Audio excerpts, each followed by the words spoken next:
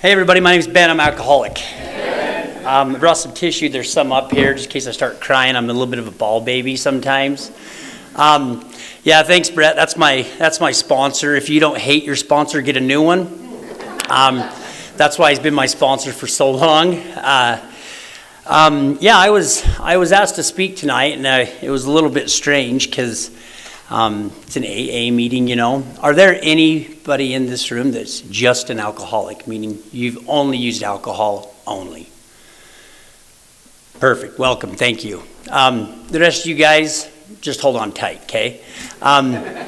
You know, when I got sober, I was going to different meetings, and I met Brett, and he was taught by a bunch of guys from AA. He actually, his sponsor, Ron, that I'd never met, he was probably around 65 years old, and Brett met him, and Brett was about 26 years old, and these guys were alcoholics going to AA up in Salt Lake, you know, and I'm thankful for that. I'm thankful for those old timers who taught, you know, Brett, and then Brett taught me. And then Neil goes and puts on an AA flyer that there's an NA speaker, right? So I was conflicted throughout the last month, thinking, what am I going to say? How do I turn this around so that I can reach everybody, right? And so just like I was taught when I came to this program, whenever you hear the word alcohol, just think of everything, right? Drugs, alcohol.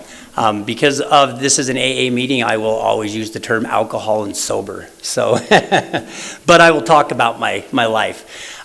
Just so you guys know, my clean date's sobriety date is August 23rd of 2013, and you know, for that I'll always be grateful because of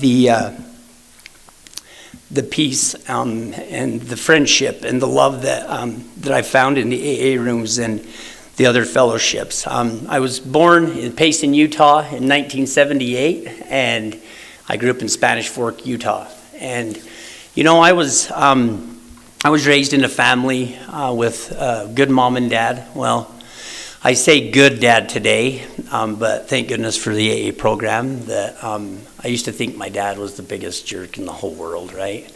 Couldn't stand him. Actually hated him, to be honest. But they were good people. They didn't teach me how to drink. They didn't teach me how to steal. My parents, they took me to church on Sundays. They made sure that I was clothed well, that I had a good childhood, and you know, I was probably about 6 or 7 years old when I had a cousin he was a cousin by marriage, and his mom was married to my mom's brother, so he's kind of like a step cousin, but we were youngsters, so we just considered we were cousins, right? Well, it was probably about 7 years old, and my mom came to me and she told me that I needed to be friends with my cousin, Alex. I can speak about him, he's passed away now, but and I was like kind of weirded out by it a little bit at 7 years old. She's like, you need to be his friend. He's moving in with his grandpa and grandma, and you need to be his friend. And I remember thinking, okay, like I remember Alex, you know, I hadn't seen him very much. Since the time I think I was about 5, but I remembered him then, and I went over to his grandparents' house, and Alex was there, and I kind of quickly realized why he needed a friend. You know, we lived in Spanish Fork, and his grandparents were really good people, but Grandma, she smoked Marlboro Light 100s like they were going out of style. She always had 2 cartons in the freezer, you know. And his grandpa was a wonderful man, worked really hard at Geneva Still, and he also liked Milwaukee's Best. And it's the best stuff, right? And so, you know, Grandma smoked in the house too, and I call her Grandma and Grandpa because they were to me, you know. And I just remember, as Alex was 2 years older than me, and we were over there hanging out one day, and we went out to his grandpa's, his shed, his shop, and he had a fridge out there, and me and Alex went out there, and we were playing around, burning stuff, lighting stuff on fire, doing whatever, just having a good time, right? And I remember we got into the fridge to look for soda pop, and instead there was a lot of Milwaukee's Best. So, Alex grabs one out of the fridge, and he said, "Do you want to drink this?" And everything inside of me in that moment told me no. I've been learning at school, you don't do that. I learned from police officers, you don't do that, right? Learned from my parents, you don't do that. I learned at church, you don't do that. And for whatever reasons, you guys, I pushed through all of that. And I remember, Alex opened it up, and I remember I took the first drink, and I remember, you guys, it was so freaking good, I don't even know what, the bad taste, right? And you guys, I just remember at that moment, the minute I took that drink, right, I just remember it tasting kind of gross, going down. And you guys, by the time it hit my belly, I thought that they were all lying to me, They were. I was 7 years old, and I was told I was going to go to jail, and I was going to die, and that I was going to do all these things. And I took that first drink, and I didn't die. I didn't die. In fact, you guys, I felt great. And, we decided that we were tough, and so they were tall boys too. And for a 7 and a 9-year-old to drink a full Milwaukee's Best tall boy, I remember we did that, and I muscled through it all, and my belly was a little bit warm. And I remember me and Alex, we went to the city park right by our house that day, and I was drunk. And it was the first time, for whatever reasons, that I was able to feel okay. From a very young age, I remember going to school, I remember going to church, and all these different places, and I just would walk into a room, and I would either feel better than you, or I'd feel less than you. I thought I was greater than you, or I thought that I was way less than you, And that's just how I always felt. And that day, when we went over to the park, you guys, I didn't feel any of that. I remember going there, and the kids that were bigger than me, I didn't care. The girls that were cooler than me or cuter than me, I didn't care. I was talking to them, right? And the best part about it is even the people who I thought I was better than, I was talking to them and hanging out with them and being their friends, right? It was very confusing for a guy like me at 7 years old to experience that. And I often had wondered when I was all strung out on the streets when I was 35 years old if I would have never have taken that first drink, if I wouldn't have been strung out at 35, right? I remember thinking that I was upset with Grandpa and Grandma because how could they leave this toxic stuff out for a 7-year-old to get access to, right? But you guys, me and Alex, we continued on, and we would drink every day. And I remember at just 7 years old, before I'd leave Alex's house, I didn't have to cover the smell of smoke up because Grandma smoked in the house. So the only had to do was cover up my breath. So I would, at 7 years old, go in there and get Grandma's toothpaste, put it on my finger, and hurry and brush my tongue off, You guys have all done it, every one of you. Every last one of you, except for one. Is there any non-alcoholics in the room? She's never done it unless she thought her breath stunk, But yeah, I remember doing that, and I remember as time went on, about a year and a half later, one day I went over to go visit Alex, and he was gone, right? I was so confused at like 8 and a half. I'm like, where'd he go? Oh, he went back to live with his mom.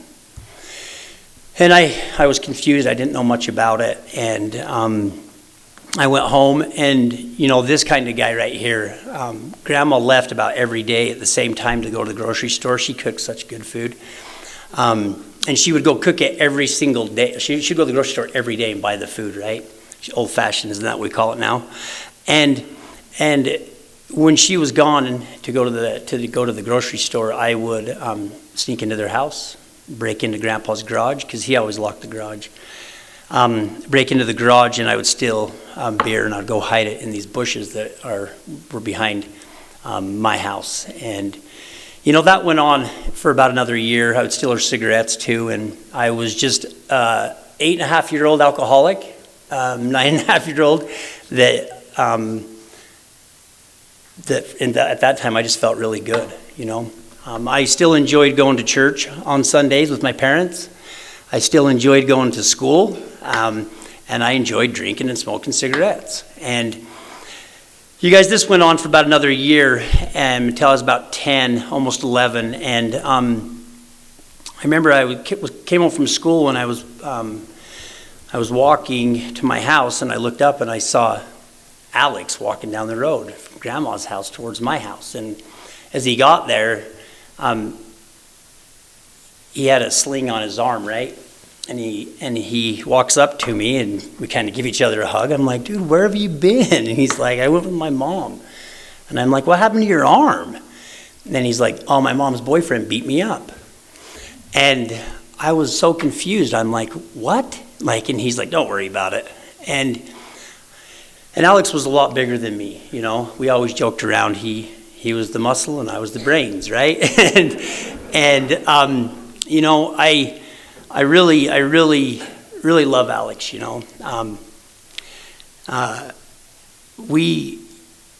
If it wasn't for that first drink, and if it wasn't for the hard life that came after that,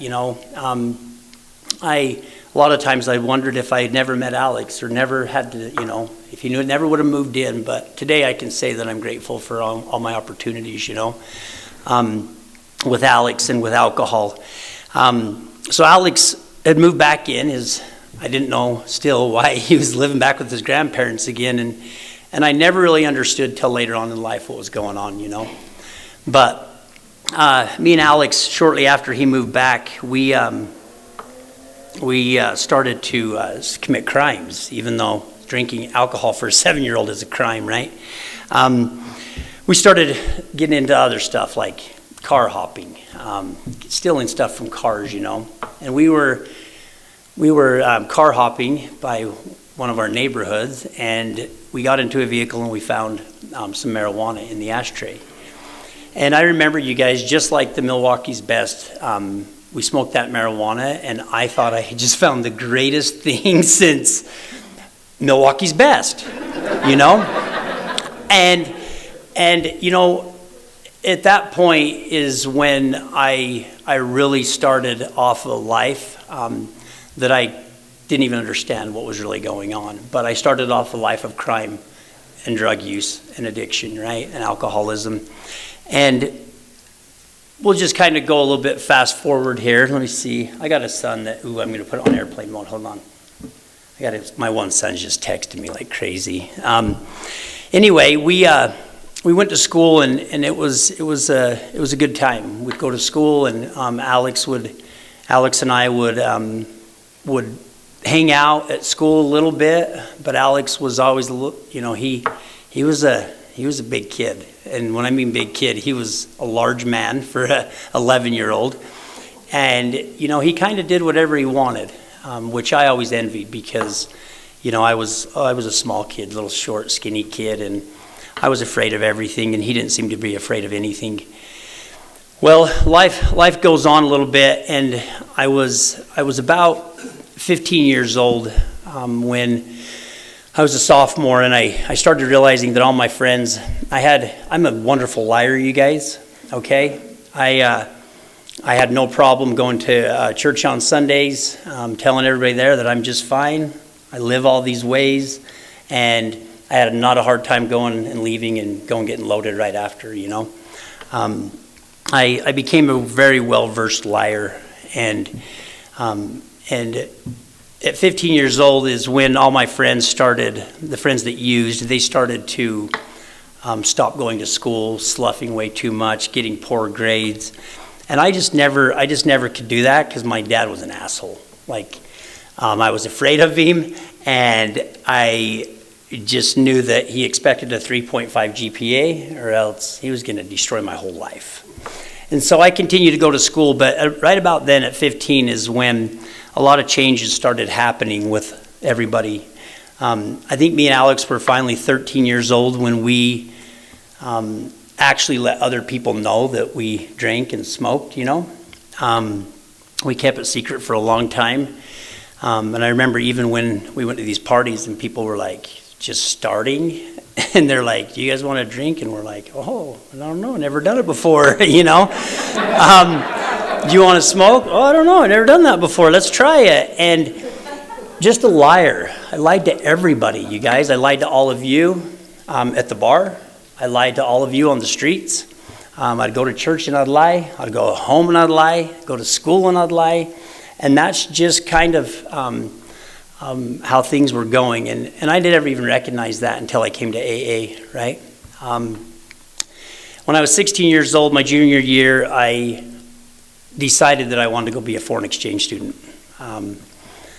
It was part of it was I was interested in learning another language, and there was another part of it that I wanted to get the hell out of Dodge because things were starting to get a little bit crazy for me, you know. Too many parties and too much lying is just hell, right? So I put in some paperwork and I went to Brazil in 1995 as a foreign exchange student, and I was there for a year, 11 months. And it was a great place for an alcoholic to go, just so you know. Yep, I was 16 years old, you guys, and I was welcome at bars, at parties. Moms and dads were feeding me beer and shots, you know. And I remember it'd been there about 6 months, and we were at this, I was a Rotarian foreign exchange student. And we were at this Rotary meeting, party, and we were drinking beer, like we were all like these showpieces, all these exchange students with our blazers on and all of our medallions and all this stuff on there. And I remember somebody took a picture, and for whatever reasons, my host mom wrote my mom a letter, unbeknownst to me, and sent a picture of me and my host dad. And there was a beer right in front of me with a beer glass, and everybody's had their own. And my mom was like, she got the letter and called me. And she's like, I don't know what this letter says. I need you to translate it for me, but I know what this picture says, Ben. And it was the first time that I admitted to my mom that I had drank, you know. And she was distraught, and she was upset, and she was worried. She wanted me to come home. These people are a bad influence on you, son. And I'm like, no, they're fine, Mom. I won't do it no more, right? And she's like, okay, you better not, because, you know. And as time went on in Brazil, I finally got to the point where I, you know, could speak fluently. And once I could do that, then I could start asking for other substances to get loaded on, right? And, you know, I found, you know, marijuana fairly quickly. And it wasn't until the second to the last day that I was in Brazil, I had went out and was partying with some people in São Paulo, my friends, and I was super drunk and I was about ready to throw up, and my buddy Thiago was like, hey, here, I know how to make it so you don't throw up, and he put down a line of cocaine, right? And I snorted it, and instantly I was like, whoa, I've just found the next best thing to Milwaukee's best. I didn't have to throw up anymore. I felt great. I didn't think there was anything wrong with it. And, you know, as I look back and I think about that, it's today, being in AA for almost 9.5 years and thinking about the way that I thought and the way that I felt, and I was really, really wrong and really messed up, right? And I came home from Brazil, and I remember when I left Brazil, I had a set of friends that used, and then there was a set of friends that didn't use, right? And when I left for Brazil, they were all there at the airport, and you could distinguish between the ones that, we'll just call them criminals, right? Criminals and the non-criminals. And when I came back from Brazil, when I flew in and I got to the airport, all of the non-criminals were all there, all my friends. They were there to greet me, love me, hug me. I went to my parents' house and we had a little party. And it was probably like a few hours later, a couple of my criminal friends, they showed up. And I remember when they walked in, they just looked so different. In 1 year, I pretty much looked the same. And they looked, my friends that were non-criminals, they looked the same. And my buddies that walked in that were alcoholics and addicts, they did not look the same at all. And I had brought some weed home from Brazil in my boot and in my Doc Martens. And I remember that was the dumbest thing ever. I think back about it. I was in LAX. They had us walking in a single file line, and I'm like walking with my luggage, and all of a sudden I see this dog in the airport, and I'm like, oh shit, And as the dog's getting closer and closer, I'm like, dude, if this dog barks, I am going to cry. My dad's going to kill me. He's going to kill me. He is going to kill me. Once again, still worried about my dad and not being arrested, you know what I mean? I'll learn that story later. And the dog gets closer and closer, and I didn't even dare look at it as it walked by, and then as it walked past me, got a few seconds behind me, and it barks, and I just about passed out. And I remember I turned around finally, I dared to look, and it says I'm a food-sniffing dog, no fruits or vegetables or whatever.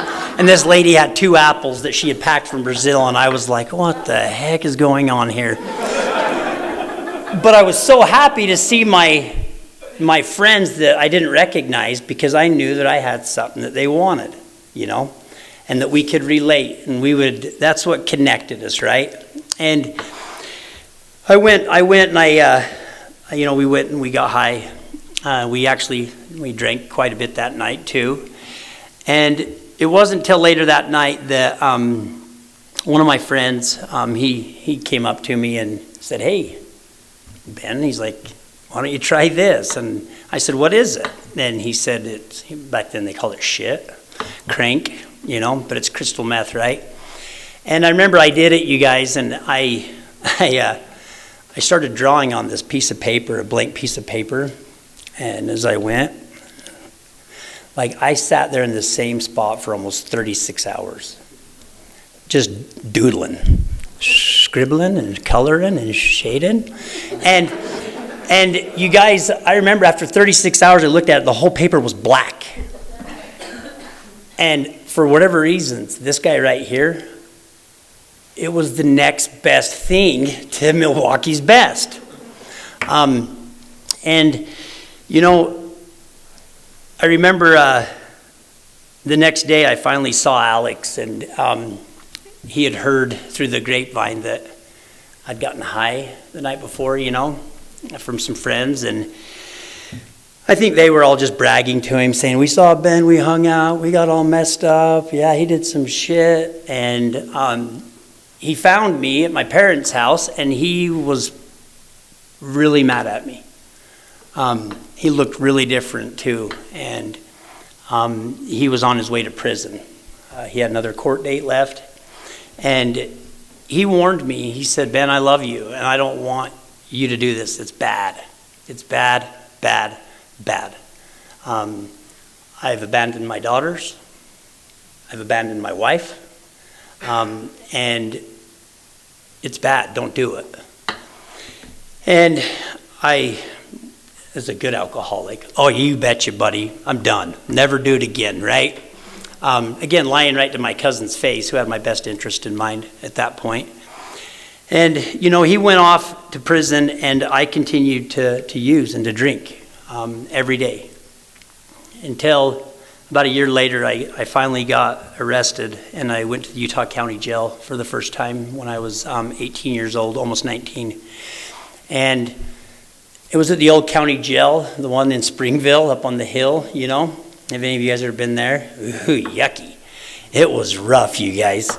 And I remember I was there, and I was arrested for a DUI and possession, distribution, and stuff like that.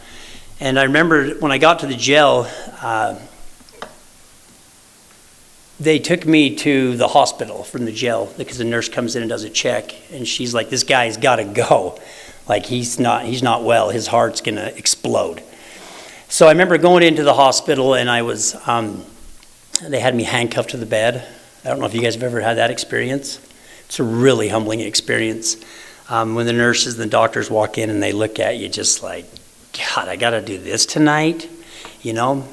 And I remember I was offended and mad at him for looking at me like that. But as I was laying there in that hospital bed, waiting to get a release to go back to the Utah County Jail, I heard my mom and my dad, they were outside of the hospital room, and I hadn't seen him in months.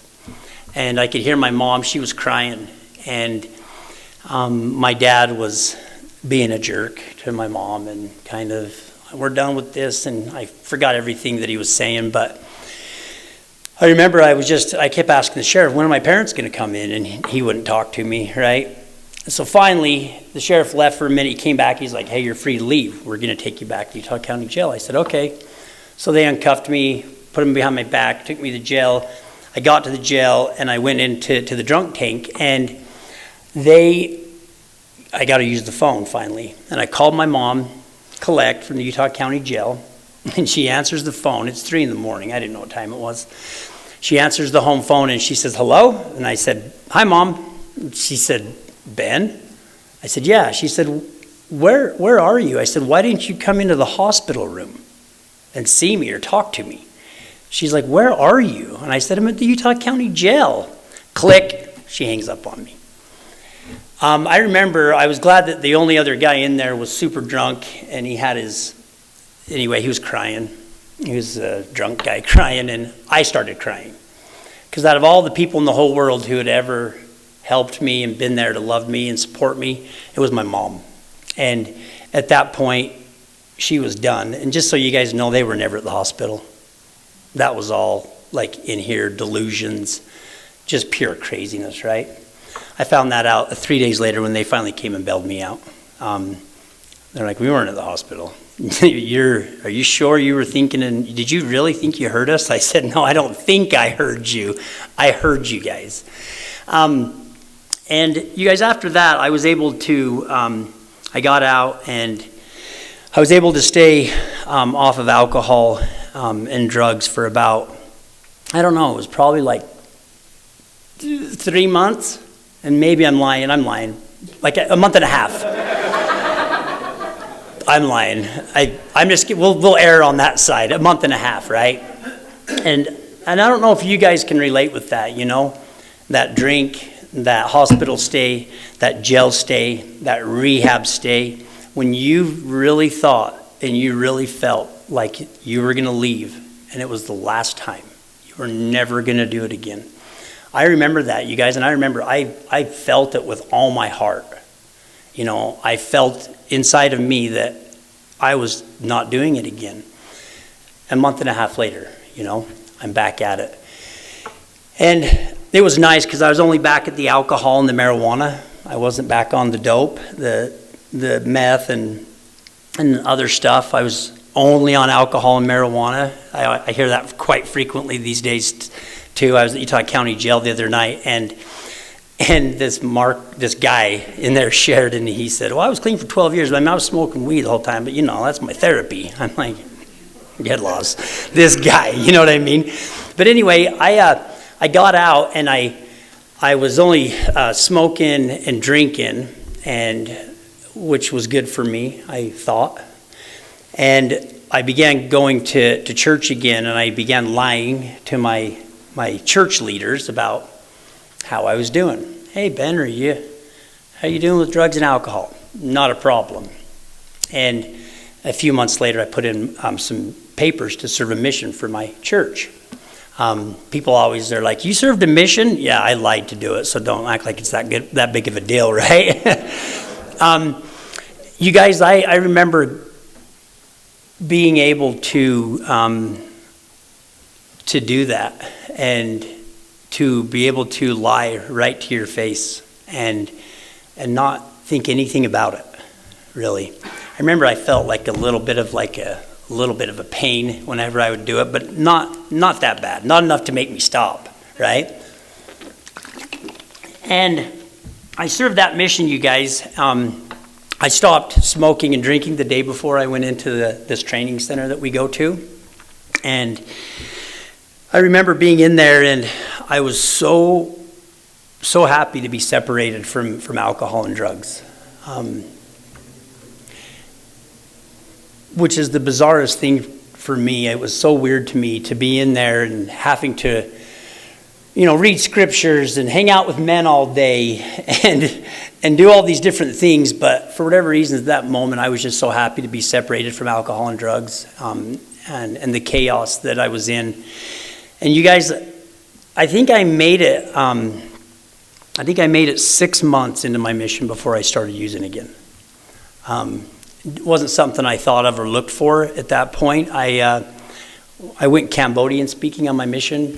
I learned Cambodian and Spanish on my mission, but I was Cambodian speaking, and I was always in the ghetto in Fresno, California. I don't know if any of you have been there before. It's a nice place, but I remember going into their homes, and I went into this lady's home, and I told her I had the worst headache, dude. I had the worst headache, and I said, I got a headache, and she's like, Tylenol? I'm like, yeah, Tylenol. She's like, 3? No, 2's good. And she's like, 3? And I'm like, God, these Cambodians are crazy. Yeah, sure, 3. I'll take 3. I'll put one in my pocket, right?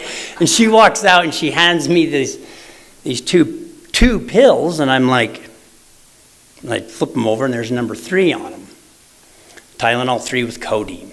And I remember I was like, I don't know, take them. I didn't know what it was at that point, but I took them.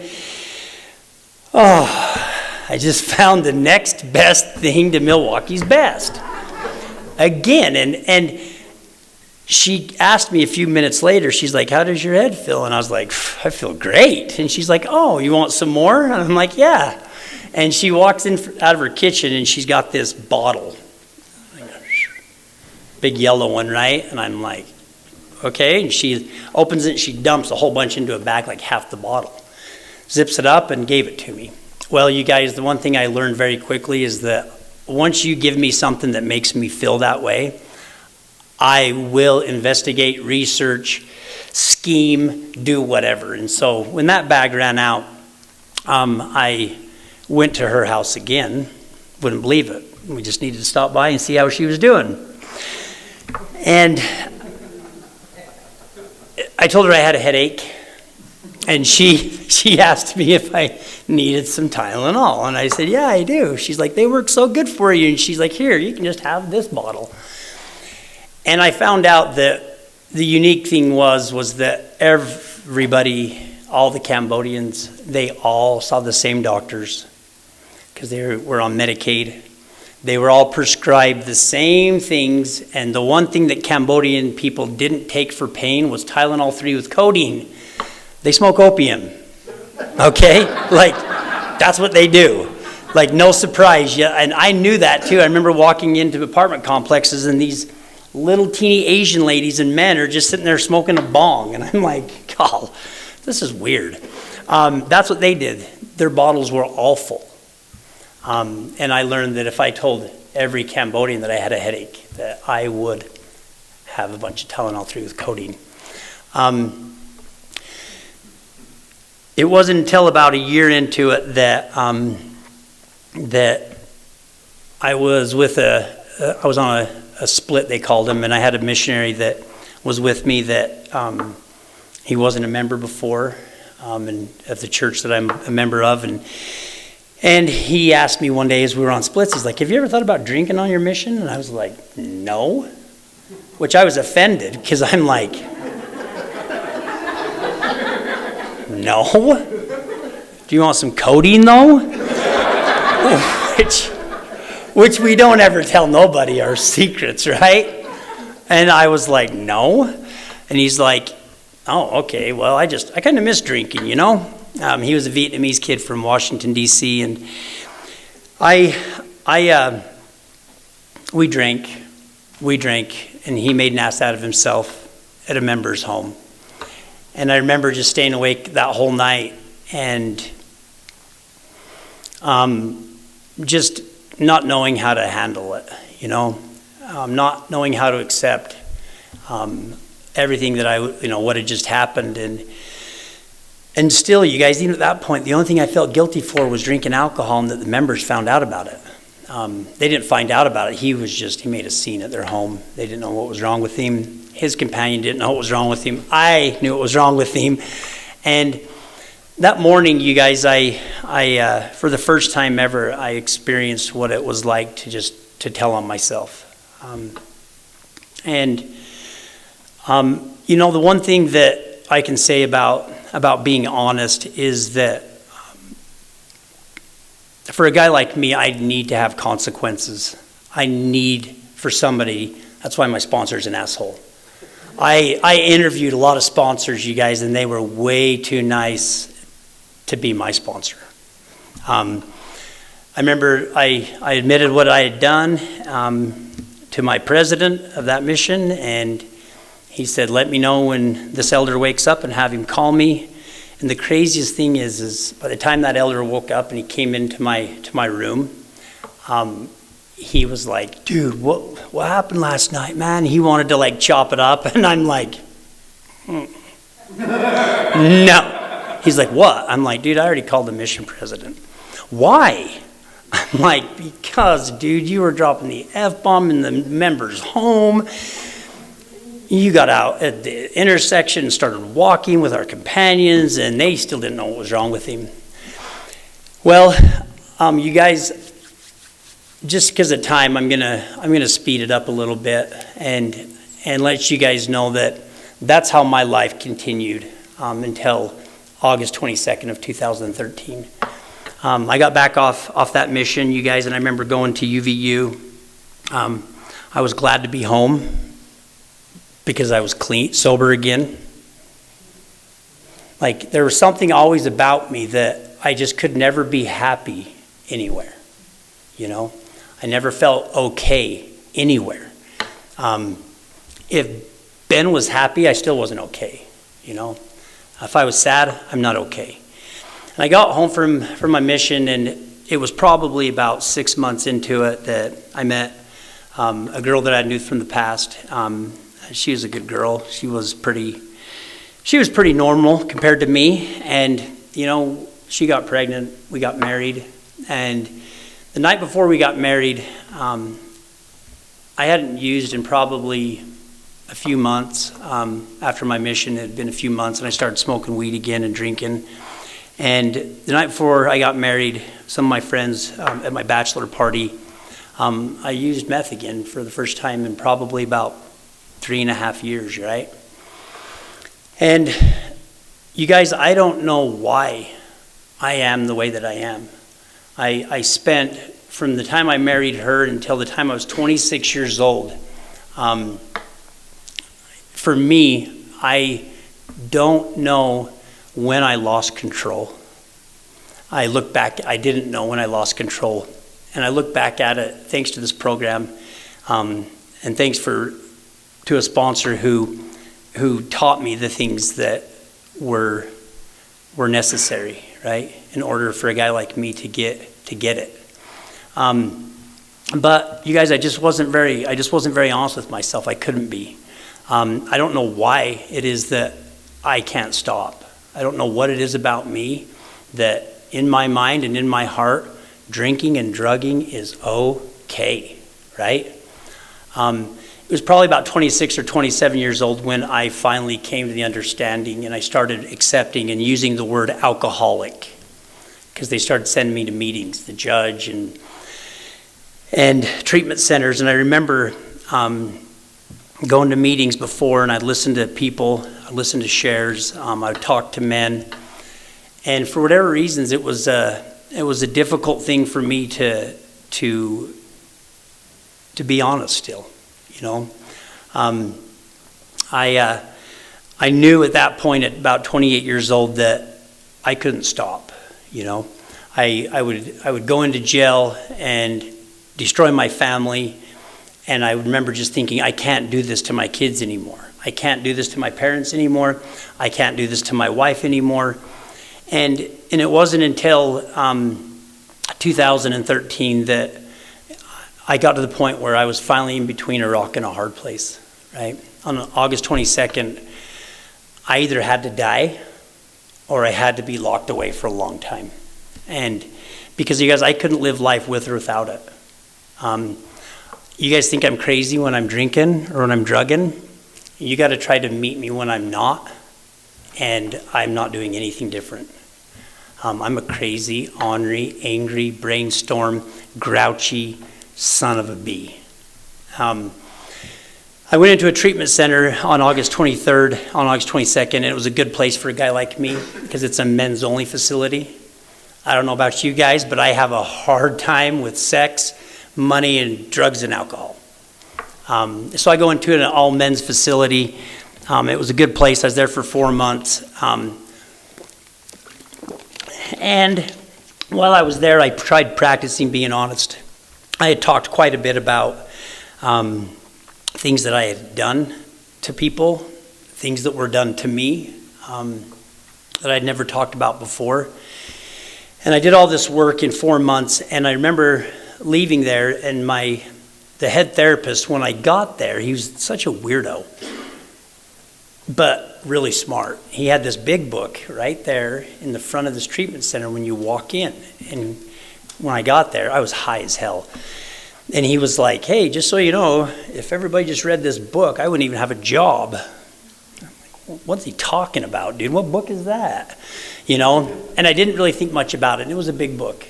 And when I left that treatment center, I was leaving the doorsteps. It was a house. And as I was leaving, he said, Ben, I only need you to remember 2 things because you're going to forget everything.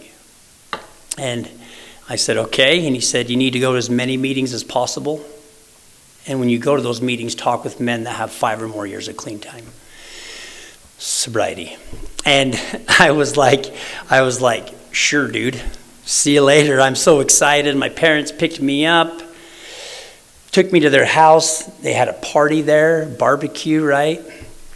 And I remember I got there, and it took about, I don't know if it was 3 minutes or 3 hours, you guys, but I wanted to kill myself. I saw everybody with their happy faces and their happy families, and I was 35, and I was broke. I was broke financially. I was broke spiritually. I was broke mentally, emotionally. And I remember I just didn't want to be there. And I felt so bad because I was with my family, and I felt terrible. Like being with my family, I want to kill myself. And I even hated them because of their peace and their happiness and their normalcy or whatever it was. And I remembered him saying go into as many meetings as possible. And so I went up to my mom right in the middle of this shindig, and I said, hey, Mom, will you take me to a meeting? And she turns around and looks at me, bless her heart. She's like, sure. She's so happy about her 35-year-old lowlife. And I'm like, she's like, sure. And I'm like, okay. So she took me over to a meeting over in Provo. And she dropped me off, and she said, what time do you want me to pick you up? And I looked over at the building, and I looked at all the people there, and they looked all just like you. And they were smoking and vaping and swearing. And I recognized a few faces. And I remember I just said, I'll find a ride home. And she turned and looked at me with the most fear on her face. I'm like, and I remember, you guys, I walked off from the car. I said, that's all right, Mom. And it broke my heart that my 60-year-old mom was still like cared and was still hopeful. And for whatever reasons, that day I cared. I cared to go to the meeting, and I got there. And when I hang out with all you guys, I don't feel like killing myself, you know. When I talk, when I share my feelings and the truth about me, I see people nodding their heads, and that makes me feel good. I feel good to know that people understand, you know. And so after that meeting, I got a ride home from a guy and that I knew, and he'd been about 5, almost 6 years sober. And I just started going to meetings, and I went to as many meetings as possible. I didn't have a driver's license at that time. For a guy like me, as many meetings as possible back then with work and everything was like 3 to 5 a week, you know. It was the first time that I actually started practicing being honest with myself. And I remember going to meetings, and I heard a lot of things that were said, and I would listen to people, and another thing that my therapist taught me was to don't ask somebody to be your sponsor. And I remember he told me that. I'm like, what are you supposed to do? He said, you ask them what they do with their sponsees. This is your life, Ben. You interview them. You go home and you pray about it. You think about it and you decide who that man is. It wasn't something I was used to either as an addict, as an alcoholic, is that I just was always used to turning everything over to my mom or my wife and let them decide because I didn't know anything. And I went to a lot of meetings, about 3 to 5 a week, and I was probably about 10 months clean, sober. And I went to a meeting, and Brett was there. And I remember, you guys, I was pretty miserable. I was going to meetings. I was staying sober, mostly because I had probation officers and drug testing and treatment and everything else. And I was so afraid to get off of that stuff too, you guys. That I had learned a long time before that I was afraid to get off. I was afraid to get out of jail. I was afraid to get off paper. But when I was in the meeting, I had my head down, and I remember hearing this man share, and he shared that it was possible to never have to think or feel the ways that I'd ever thought or felt. And when he said that, my head was down, and I remember I looked up, and I was like, how do you do that without drugs, without alcohol? Even without church. I thought church was the only way to change up to that point. And church is a great way to change for billions of people, actually. And I remember I heard that, and I went up to him after that meeting, and I asked him what he did with his sponsees, and he just laughed at me. And I'm like, what the hell is this guy doing? And he's already awkward and weird enough anyway, right? And so he said, I'll tell you what, dude, take my number down and call me. We can talk about it. So I took his number down. Well, first I was just staring at him. He's like, well, you got a phone or paper or what? And I bobble out my phone. I take his number and I go home, and I'm glad I went home and called him because I did cry. I cried like a baby. He told me that it was possible for me to still become the finest specimen of man that the world has ever known. And I remember thinking, because I've heard him share, he swears like a sailor, right? And I'm like, what did he just say? Who says that? Who says that? The big book does. The big book does. And I remember we talked for a great while, and I cried a lot because of the things that he said. I knew for sure that he understood me. I knew for sure that he wasn't messed up. And so, we talked for a little bit, and he said, Ben, if you want to live much longer, or if you want to stay free much longer, then you will do these things. And he said, and I guarantee you that if you do these things, that you'll never have to use again. And you won't have to think the way that you thought or feel the way that you felt ever again. And so I'm screwing, I got this piece of paper and this pen, and I'm like, all right, let's do this. And he says, Ben, the first thing that you have to do is you have to get on your knees every day, and you have to voice out loud what you're really thinking and what you're really feeling. He said, can you do that? And I said, no. And he's like, why? And he's like, because I said, you want me to pray? And he said, I didn't say anything about praying. And he said, well, do you believe in God? And I said, I thought I did, I thought I did, but here I am. And he's like, well, then why, say you are talking to God. He said, why can't you get on your knees and say what you're really thinking and feeling? And I said, because you don't talk to God that way. And he started laughing and said, why? And I said, I don't know, that's what my mom taught me. And he said, how's that working out for you, Ben? And he said, what are you going to say? And I said, if I was getting on my knees tonight, I would say, I hate you, God. I don't like you. I've talked to you plenty of times. My parents have talked to you plenty of times. They've done all these extraordinary things, and here I am. I hate you.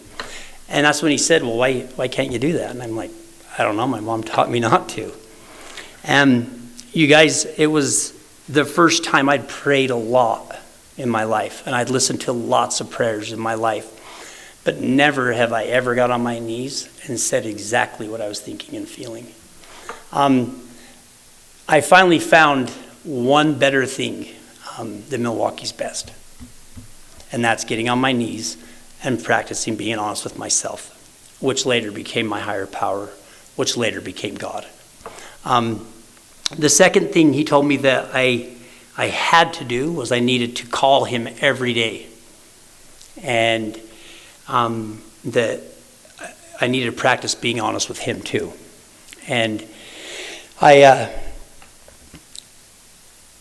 was strange to me to call somebody every day and to listen and practice being honest. You guys, I'm just a liar. I was lying about women, about sex, about everything, even to him in the beginning. And I just kept practicing, and he was a jerk too. He was like, bull crap, what are you doing? Where were you? And it wasn't like my mom or my dad. It was another alcoholic who's not stupid, right? The third thing he told me to do, and by the way, he answers his phone every day for 9.5 years, calls me back every day for 9.5 years. If your sponsor doesn't do that, tell him to grow up. If you're unwilling to do that, grow up. It's essential from what I was taught. Because you guys, I used to drink every day. Why can't I make a phone call every day? I used to use every day. Why can't I get on my knees every day and practice being honest out loud? The third thing he told me to do was to read a sentence, a paragraph, or a page out of the big book. The roadmap to happy, joyous, and free is in there. And then the last thing he told me to do is to do one nice thing for somebody every day. And I was like, number 4, do something nice for somebody every day. I wrote down number 5. I still have the piece of paper. And he said, that's it. And I was so freaking angry, you guys. I was like, this guy's an idiot. He's stupid. This is never going to work. But it was that flimsy reed, right? And I'm forever grateful. I know Brant likes to tease him and call him simple things because this program really is simple, you guys. I've been doing those four actions for just over 9 years now, and today I do know peace. Today I do have love, and the biggest thing that I have is I have trust for people, and people have trust with me. And, for that, I'll be forever grateful. I'm grateful for this Alano Club, too. Thanks, Corey. Thanks, Neil, Brant. It's a beautiful place, I owe my whole life to doing this. I've done so much wrong, and I used to think it was impossible to ever come close to making the balance right, squaring up with life on its terms. And I'm just grateful that today I'm able to do that. I'm able to square accounts. I'm able to make amends. And I'm able to be just a little bit more honest every day, I always joke around and say, today I would say I'm like 32% honest, give or take 10. And I'm going to keep working really hard on that by just practicing being honest every day. Thanks for coming out, you guys. You guys have been super, I feel a lot of pressure the last month, ever since Brantley called me and got me into this. I just feel pressure. I wasn't nervous because when I'm in a room with a bunch of alcoholics, you guys, I just feel at home. So thanks for having me. If there's anything I can do to help anybody, please don't hesitate to ask, and I'll take another 24.